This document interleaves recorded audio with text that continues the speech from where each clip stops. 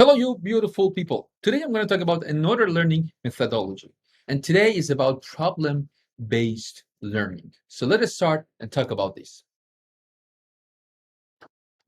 At the first step, let me give you a little bit academical definition for problem based learning. Problem based learning, or PBL, don't get confused with project based learning. I'm going to talk about it at the end, is a teaching method in which complex real world problems are used as the vehicle to promote student learning of concepts and principles as opposed to direct presentation of facts and concepts. So that's what we do typically for years. We present the whole information and then we give it to them. Remember, when I'm going through these kind of learning methodologies, one of the things that always I like that we can have mix of them or hybrid or bunch of them, or maybe we can focus only on one of them. We can have different schools with different philosophy methodologies because we want to raise different people. Maybe we want to have people focus on project-based learning. We want to have thinker focus on problem-based learning. We want to have different approaches, different people for the future. So that's really nice and cool thing about it. In problem-based learning, focus is on, from the very beginning, focus on picking up real world problem from the real world context, and put children in the position to think about them. The goal is not to build a product. The goal is to find solution.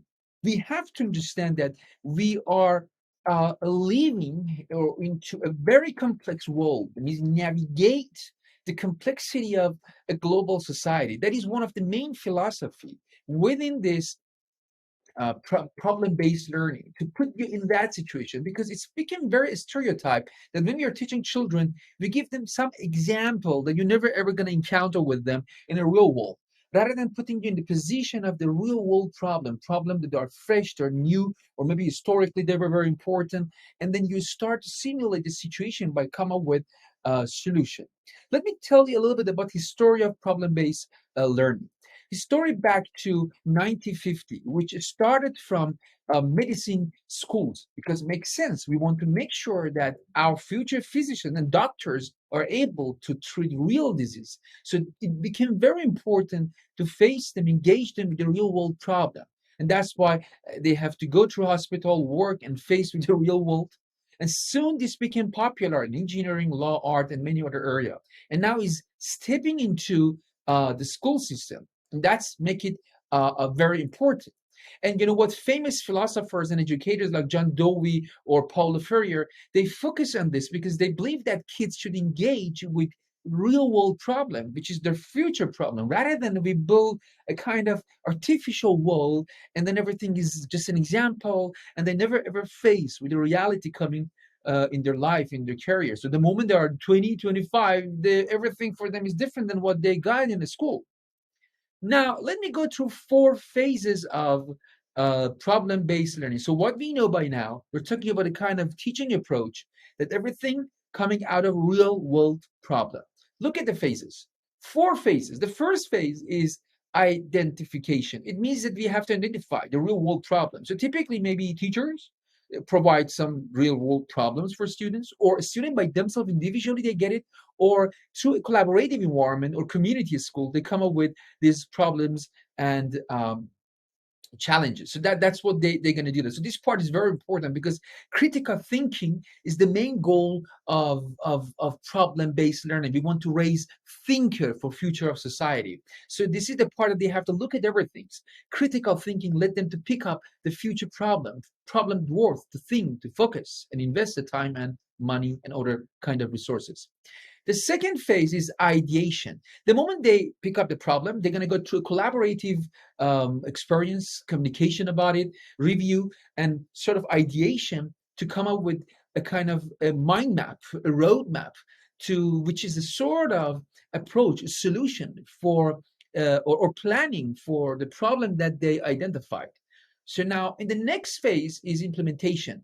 Implementation is not about building a product. They try to test their plan by maybe building a prototype, if possible also, or some experiment and test.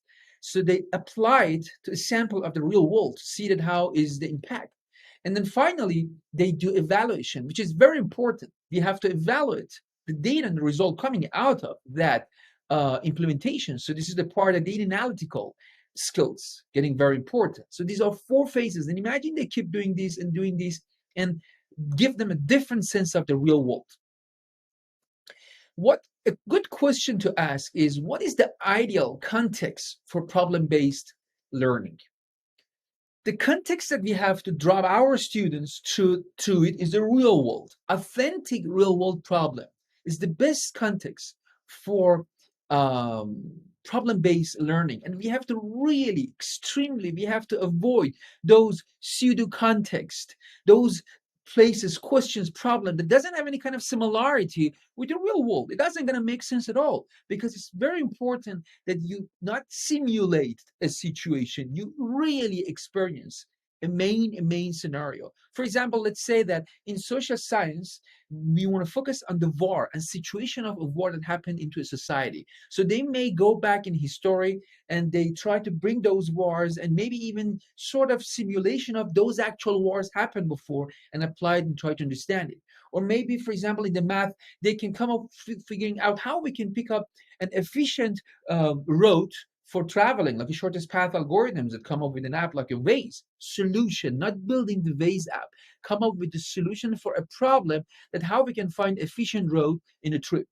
Or maybe in a language, they come up with a way that how we can understand if a novel is good to turn into a movie or not. There are some metrics to do that. So they can come up with solution for these questions. And of course, science and physics and chemistry, biology, full of this problem solving.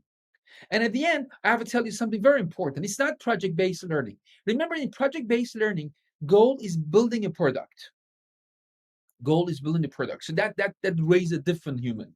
We're talking about problem solvers, those that they can see problem, bring them out, come up with a solution, and then pass it to those people that they are graduated from project-based learning, and they can turn that solution to a product. So we need both of these two people. That's what I said, that we need schools with this approach and that approach, or mix of them. People that they can come up with solution for problem, but not necessarily design a product, and people take those solutions, turn them into workable products that people can use it at the end. So that's a very interesting difference between these two approaches. So this was a quick overview of problem-based learning, and I really like this approach because it led us to practice thinking and critical thinking, specifically figuring out the gaps and identify them as the problem, or someone give it to us, and then sit down and think and ponder and come up with different solutions and happen in the world. But with this concept of I have to build something, it's so good for many of us, for many people, that they have this capability of solving the problem, but they're not interested to turn it into a product. They want to give it to someone else. So this is our um, learning model for, we call it problem-based learning. So I wanted to go through this, and I remind you that really that one size fits everybody is not going to work anymore. We need different learning methodologies for different kids, for different students. Our children, they have to experience real life problem, not just something, a shadow of it. Otherwise, we'll keep raising children in plateau cave, and the moment they get the chance, hopefully, to step out of the cave, everything for them is just like, you're gonna wow. So this was about problem-based learning. I hope you enjoyed. We will continue with other approaches in our next talk. Have a good day.